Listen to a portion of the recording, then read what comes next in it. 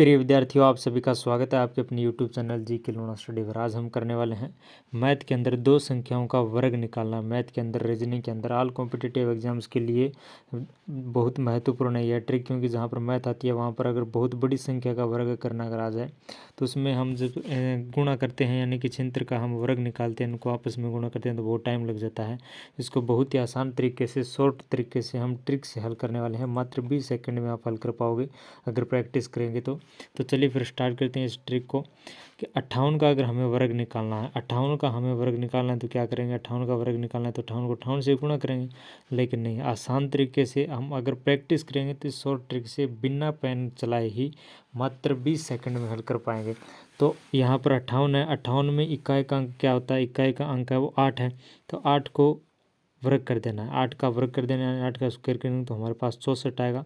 उसके बाद में 8 को और 5 को, यहाँ पर दोनों संख्या है, जैसे यहाँ पर 8 और 5, उन दोनों को गुणा कर देना आपस में, और आपस में गुणा करने पर कितना है 40, और जो भी संख्या है उनको 2 से गुणा कर देना है, यानी कि इन दोनों को आपस में गुणा कर देना है और फिर 2 से गुणा कर देना है। तो 40 और 2 कितने हुए, 40 2 80 हुए, 80 लिख देना है। उसके बाद में दाई का अंक है वो है हमारे पास 5, और 5 का वर्ग हमें करना है, 5 का वर्ग करेंगे तो हमारे पास 25 आएगा, और 25 आएगा तो ये 25 आएगा। अब नीचे क्या करना है, ये 64 है, 64 में असल कितनी बची हमारे पास, 64 का 4 लिख देंगे। असल कितनी बची, असल 6 बची, और ये 80 है, 80 और 6 कितने हुए, 80 और 6 86 हुए, और 86 में असल कितने बची, 86 में असल 8 बची, और 25 और 8 कितने होते हैं, 25 और 8 है वो 33 होते हैं। अब अगर हम इसको लिखेंगे तो लास्ट में हमारे पास 33 आया।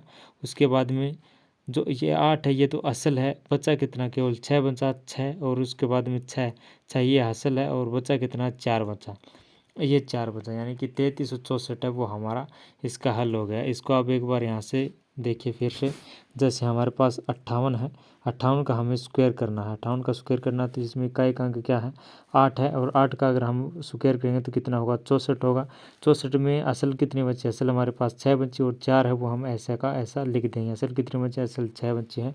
उसके बाद में जो दोनों अंक है उसको आपस में गुणा करना है, जैसे 8 को 5 से गुणा करेंगे तो कितना आएगा 40 आएगा, और 40 को फिर 2 से गुणा कर देना है, यानी कि 80 आ जाएगा। दोनों संख्याएं हैं उनको आपस में गुणा करना और फिर 2 से गुणा कर देना है।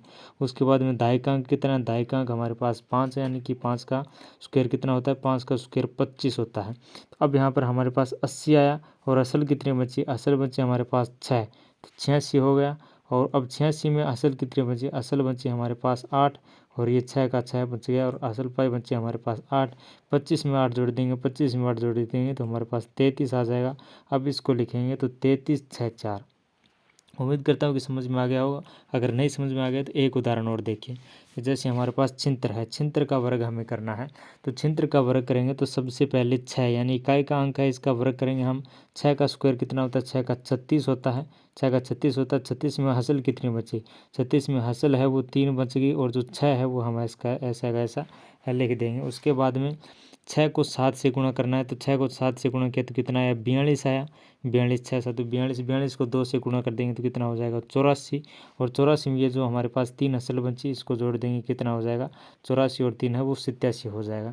उसके बाद में जो दाई का अंक है वो है हमारे पास 7, 7 का वर्ग अगर हम करेंगे तो हमारे पास 49 आएगा।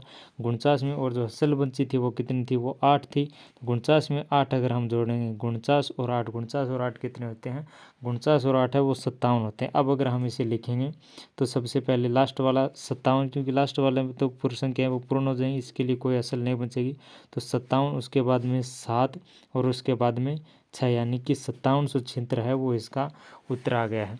यानी कि छिंत्र का अगर हम वर्ग करेंगे तो 5700 छिंत्र आ गया। और एक उदाहरण से आप फिर से देखिए, जैसे हमें 45 का वर्ग करना है, 45 का अगर हमें वर्ग करना है तो क्या करेंगे, सबसे पहले 5 का वर्ग, 5 का वर्ग यानी कि 25 होता है। 25 में असल पाई कितनी आ गई, तो क्या है 5, 5 का वर्ग करेंगे तो हमारे पास 25, 25 में असल कितनी बच जाएगी 2 बच जाएगी। उसके बाद में 5 को 4 से और फिर इन दोनों को 2 से कर देना है, यानी कि दोनों संख्या आपस में गुणा कर देना है, फिर उसका 2 गुना कर देना है। तो 5 को 4 से किया तो 40 आया, 5 5 20 आया, 20 को 2 से किया तो 40 आया। और 40 असल कितनी थी 2, 40 और 2 कितने हुई 42। उसके बाद में 4 का वर्ग, 4 का वर्ग कितना होता है 16, और 16 और 4 असल कितनी हुई, असल 4 हुई, 16 और 4 कितने हुए 20।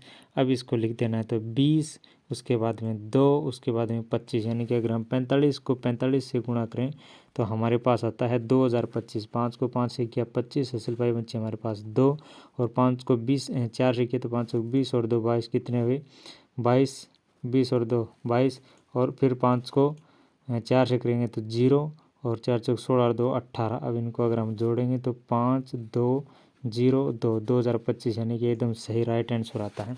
एक उदाहरण और देखिए, 74 का वर्ग करना है। 74 का अगर हमें वर्ग करना है तो सबसे पहले 4 का, यानी कि इकाई अंक है हमारा कितना, इकाई अंक हमारा 4 है, 4 का वर्ग कितना हो जाएगा 16 हो जाएगा, और 16 में असल है वो कितनी बची 1 बची।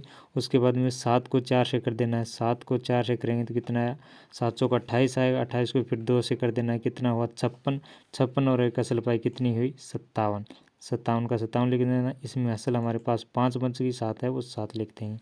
उसके बाद में दाई का अंक कितना है 7, और 7 का अगर हम वर्ग करेंगे तो 49 होता है। 49 में अगर 5 जोड़ेंगे तो हमारे पास कितना होगा, 49 में 5 जोड़ेंगे तो 54 होगा, 54 यानी कि 54 7 6, ये उत्तर आएगा हमारा अगर 74 से वर्ग करेंगे।